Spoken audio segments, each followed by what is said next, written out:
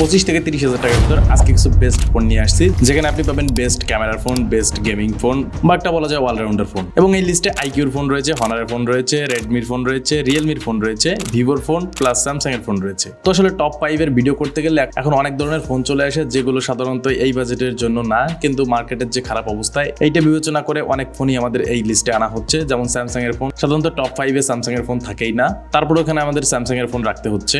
এবং ফোনের যে ক্রাইসিস, এইটা ধারণা করা যাচ্ছে যে 2029 সাল পর্যন্ত থাকতে পারে। তো যাই হোক, এভাবেই আমাদের চলতে হবে। আমরাও চাই যে ফোনের দাম তাড়াতাড়ি কমে আসুক এবং কোম্পানি বেশি বেশি করে ফোন তৈরি করুক, এবং বেশি করে ফোন তৈরি করলেই গ্রাহকরা লাভবান হবে, কারণ তখন কম্পিটিশন থাকবে। তো যাই হোক, বেশি কথা না বলে শুরু করা যাক। তো আজকে প্রথমে যে ফোনটা রয়েছে স্যামসাং গ্যালাক্সি A17। এটি একটা 5G ফোন এবং এখানে 8GB র্যাম ও 256GB স্টোরেজ রয়েছে। এই ফোনটা 26 থেকে 27,000 টাকার ভিতরেই আপনারা পেয়ে যাবেন। এখানে স্টোরেজটা ঠিকঠাক বলা যাচ্ছে, কারণ বর্তমানে 256GB স্ট্যান্ডার্ড হয়ে গেছে। শুরুতেই বলছিলাম যে স্যামসাং এর ফোন সাধারণত টপ 5 এ থাকে না, তো এইবার আনা হয়েছে, কারণ মার্কেটে অন্য কোনো ফোন তেমন এখন নেই, কোম্পানিগুলো ফোন তৈরি করছে না। তো এই ফোনটার কিছু ভালো দিকও রয়েছে এবং তার পাশাপাশি খারাপ দিকগুলো রয়েছে।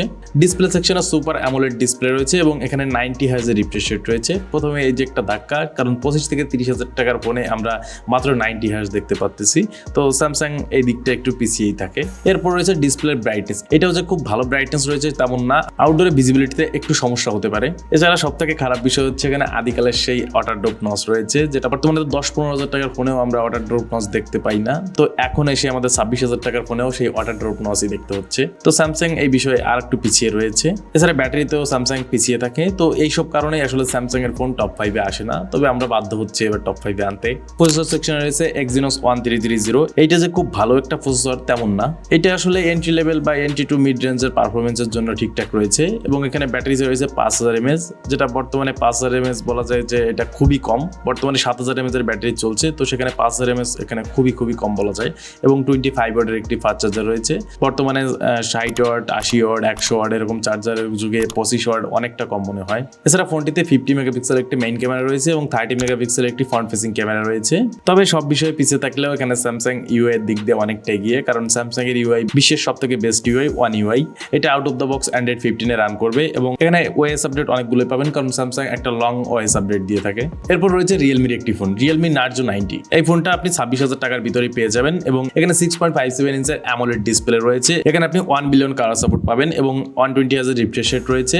4000 নিটস পিক ব্রাইটনেস রয়েছে, যেটা বলা যায় যে আউটডোরে আপনার একটা যথেষ্ট ভালো ভিজিবিলিটি দেবে এবং ইনডোরে কোনো সমস্যাই হবে না। এবং 1400 মতো SBM ব্রাইটনেস রয়েছে। এই ফোনটাতে একটি ইউনিক ডিজাইন রয়েছে, পিছে একটা দাগ করে একটা ইউনিক ডিজাইন দেওয়ার চেষ্টা করেছে, যেটা আসলে দেখতে অনেকটাই ভালো লাগছে। প্রসেসর হিসেবে রয়েছে MediaTek Dimensity 6400 Max চিপসেট। এইটা একদম হাই লেভেলের পারফরমেন্সের জন্য না, এটা আপনাকে একটা মিডিয়াম লেভেলের পারফরমেন্স দিতে পারবে। তবে টুকটাক সব গেমই এখানে রান করা যাচ্ছিল, তবে আপনি প্রফেশনাল গেমার হলে সেখানে আবার একটু সমস্যা হবে। তো নর্মাল প্রতিদিন যেসব টুকটাক একটু গেমিং করবেন কাজের ফাঁকে ফাঁকে, তো সেই সবের জন্য ঠিকঠাক আছে। তবে এই ফোনটার আর একটু খারাপ দিক রয়েছে, UFS 2.2 রয়েছে। বর্তমান সময়ের সাথে এটা একটু পিছিয়েই পড়ে। 50 মেগাপিক্সেলের মেইন ক্যামেরা এবং 50 মেগাপিক্সেলের ফ্রন্ট ফেসিং ক্যামেরাও রয়েছে। যাদের আসলে ক্যামেরা বেশি পছন্দ তারা আসলে এই ফোনটা নিতে পারবেন। এবং ফোনটিতে স্টেরিও স্পিকার রয়েছে এবং এখানে ব্যাটারি হিসেবে 7000 mAh এর ব্যাটারি রয়েছে এবং 60 ওয়াটের একটি চার্জার রয়েছে। দেখুন, স্যামসাং এর ফোনে আমরা মাত্র 5000 mAh এর ব্যাটারি আর 25 ওয়াটের একটি ফাস্ট চার্জার দেখলাম। এখানে আমরা 7000 mAh এর ব্যাটারি এবং 60 ওয়াটের একটি চার্জার দেখলাম। তো বাজেট তো প্রায় সেমই, 1-2 হাজার টাকা আপ ডাউন। তো আসলে কেন মানুষ এত টাকা খরচ করে কেন এতটা আপ ডাউনে ফোন নিবে? তো এরপর 3 নম্বরে আমাদের হনারের ফোন রয়েছে, হনার X9C। এটা আপনি 28,000 টাকার ভিতরে পেয়ে যাবেন। এই ফোনটা একটু মার্কেটে কম অ্যাভেলেবেল আছে, একটু খোঁজাখুঁজি করে নেবেন। এখানে 6.78 ইঞ্চের বড় একটি অ্যামোলেড ডিসপ্লে রয়েছে, 120 হার্জ রিফ্রেশ রেট রয়েছে এবং 4000 নিটস পিক ব্রাইটনেস রয়েছে। এই ডিসপ্লেটা যথেষ্ট ভালো বলা যায়। এখানে রেজুলেশনও যথেষ্ট ভালো রয়েছে এবং কালার কোয়ালিটিও যথেষ্ট ভালো। প্রসেসর হিসেবে রয়েছে Snapdragon 6 Gen 1। এটা আসলে অতটা শক্তিশালী প্রসেসর না, এটা আসলে ডেইলি টাস্কগুলো সুন্দরভাবে করার জন্য ঠিকঠাক রয়েছে। হালকা পাতলা গেমিং বা মাল্টিটাস্কিং এগুলো করতে পারবেন সহজে। মাল্টিটাস্কিং করার সময় অ্যাট এ টাইম অনেকগুলো অ্যাপসও আপনি ব্যাকগ্রাউন্ডে রাখতে পারবেন। তবে এটার ক্যামেরা সেকশনে রয়েছে 108 মেগাপিক্সেল এবং 5 মেগাপিক্সেল একটি আল্ট্রা ওয়াইড রয়েছে। আল্ট্রা ওয়াইড অনেকটাই কম বলা যাচ্ছে এবং 16 মেগাপিক্সেলের একটি ফ্রন্ট ফেসিং ক্যামেরা রয়েছে। মানে তিন ধরনের হয়ে গেলে, একটা খুব বেশি আর অন্যগুলো খুবই কম। তো যেহেতু 108 মেগাপিক্সেলের ক্যামেরা রয়েছে, সেহেতু আপনি একটা প্রপার লাইট দিলে খুব ভালো একটা আউটপুট পাবেন। তবে লাইট ছাড়াও অনেকটা ভালোই আউটপুট পাওয়া যাচ্ছিল। তবে আল্ট্রা ওয়াইডে গেলে একটু নয়েজের দেখা পাওয়া যাচ্ছিল, যেহেতু সেন্সর সাইজটা খুব ছোট রয়েছে। এখানে ব্যাটারি হিসেবে 6600 mAh এর ব্যাটারি রয়েছে এবং 66 ওয়াটের একটি ফাস্ট চার্জার রয়েছে। ব্যাটারি একদিন অনায়াসেই চলে যায়। তবে যারা একটু হেভি ইউজ করেন তাদের তো আবার দিন শেষে চার্জ দেওয়াই পড়ে। তবে যারা নর্মালি ইউজ করেন প্রায় 2 দিন চলেই যায়। এরপর 4 নম্বরে রয়েছে Redmi Note 15 5G। এটার 8/256GB ভ্যারিয়েন্ট আপনি 29,000 টাকার ভিতরে পেয়ে যাবেন। এখানে রয়েছে 6.77 ইঞ্চের ফুল এইচডি প্লাস ডিসপ্লে, 120 এর রিফ্রেশ রেট রয়েছে এবং 3200 নিটস পিক ব্রাইটনেস রয়েছে। ব্রাইটনেসের দিকটা ভালো রয়েছে, তো ডিসপ্লের বিষয়টাও এখানে ফুল এইচডি রয়েছে, আর একটু বেশি আশা করাই যায়। প্রসেসর হিসেবে রয়েছে Qualcomm Snapdragon 6 Gen 3, এটা একটা 4 ন্যানোমিটারের চিপসেট। এইখানে সে বলা যায় যে এই দামে এর থেকে ভালো পারফরমেন্স হয়তো আপনাকে অন্য কোনো ফোন দিতে পারবে না, বা দিতে গেলেও একটু হিমশিম খাওয়া লাগবে। তো পারফরমেন্সের দিক দিয়ে এটা অনেকটা এগিয়ে রয়েছে। পারফরমেন্সের দিক দিয়ে আপনাকে হতাশ করবে না ফোনটি। 5520 mAh এর একটি ব্যাটারি রয়েছে এবং 45 ওয়াটের একটি টার্বো চার্জার রয়েছে। ব্যাটারি ব্যাকআপ আপনি একদিন অনায়াসেই পেয়ে যাবেন। তো তারপরও বলা যায় যে দিন শেষে আপনার চার্জ দেওয়া লাগবেই। 5000 mAh 5500 mAh এর ব্যাটারি বর্তমানে চলে না। ক্যামেরা সেকশনে এখানেও 108 মেগাপিক্সেলের মেইন ক্যামেরা রয়েছে এবং আল্ট্রা ওয়াইডও সাথে রয়েছে এবং ফ্রন্ট ফেসিং ক্যামেরায় 20 মেগাপিক্সেল রয়েছে। Out of the box Android 15 run করবে এবং এটা হাইপার ওএস এ রান করবে। ইউআই যেহেতু নতুন, তো একটু অ্যাডজাস্ট করে নেবেন। তো এবার আমাদের 5 নম্বরে রয়েছে, এটা আসলে একদম পাওয়ারফুল গেমিং ফোন বলা যায়। ফোনটি হচ্ছে iQOO Z11X 5G। এটা বলা যায় একটা পাওয়ারফুল ডিভাইস। এখানে 8GB ও 128GB স্টোরেজ রয়েছে এবং এটা একটা ইন্ডিয়ান গ্লোবাল ভার্সন। এটার দাম 29,500 টাকার ভিতরে আপনি পেয়ে যাবেন। iQOO খুব তাড়াতাড়ি পপুলার হয়ে গেছে, কারণ এরা কম বাজেটে খুব ভালো কিছু দেওয়ার চেষ্টা করছে এবং ভ্যালু ফর মানি দেওয়ার চেষ্টা করছে। এবং iQOO বরাবরই তাদের ডিজাইনে একটু ইউনিকনেস ভাব নিয়ে রাখে, যে অন্য সবাই যেমন এক ডিজাইন পেলে সেইটা ফলো করতে থাকে, তবে iQOO এখানে ভিন্ন, তারা নিজেরা ইউনিক কিছু করার চেষ্টা করছে। ডিসপ্লেতে রয়েছে 6.76 ইঞ্চের IPS LCD panel, full HD plus resolution এবং 120 এর রিফ্রেশ রেট রয়েছে। এটা থাকার কারণে আপনি গ্রিন লাইনের মালিক হচ্ছেন না, এই ফোনটাতে গ্রিন লাইনের পড়ার ভয় আপনার থাকছে না। ব্রাইটনেস যথেষ্ট পরিমাণ ভালো রয়েছে, আউটডোর ইনডোর আপনার কোনো ধরনের কোনো সমস্যা হবে না। আউটডোরে আপনি ফুল ব্রাইটনেস না দিয়েও আপনি অনেকটা ভালো ভিজিবিলিটি পেয়ে যাবেন। প্রসেসর হিসেবে রয়েছে MediaTek Dimensity 7400 টার্বো। এটা আসলে যথেষ্ট পাওয়ারফুল বলা যায়, এই বাজেটের সর্বোচ্চ পাওয়ারফুল এইটাই। এর আগে আরেকটা বলা হয়েছে যে রেডমির সেটা দ্বিতীয় পজিশন আছে, তো সর্বোচ্চ পাওয়ারফুল নিয়ে এইটাই আছে। যাদের একদম গেমিং ফোন বা পাওয়ারফুল প্রসেসর দরকার, তারা আসলে এইটাই পছন্দ করবে।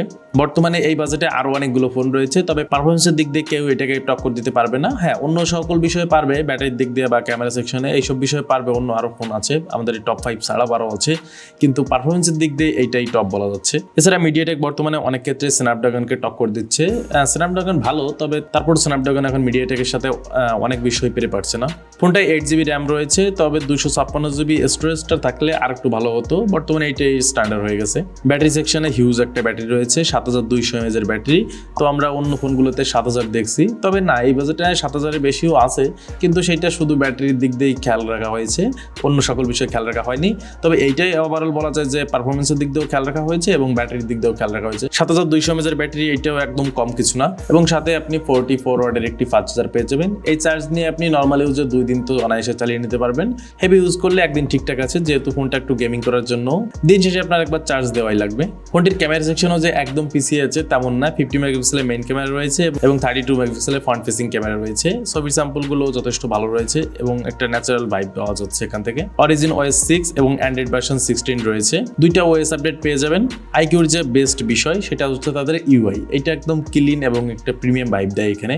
তো আপনার আসলে পছন্দ যদি হয়ে থাকে ইউনিক একটা ডিজাইন, ব্যাটারি, পারফরমেন্স, ভালো মানের একটি ক্যামেরা, বা দামে কম হবে, ভ্যালু ফর মানি হবে, এত কিছু যদি আপনি একটা ফোনে চান, তাহলে আপনার এই iQOOর ফোনটাই চুজ করতে হবে। এবং এই ফোনটা বর্তমানে আপনি দেখবেন সকল ইউটিউবাররাই এইটাই সাজেস্ট করছে, কারণ বর্তমানে এইটাই জাস্ট ভ্যালু ফর মানি বলা যাচ্ছে, মার্কেটে আছে। এইটা ভালো বলছি তার মানে আপনি এইটাই নেবেন এমন না। আপনার যদি ক্যামেরা আরো ভালো দরকার, তাহলে আপনি ক্যামেরা সেন্ট্রিক ফোনের দিকে যাবেন। এটা আসলে পারফরমেন্সের দিক দিয়ে রয়েছে।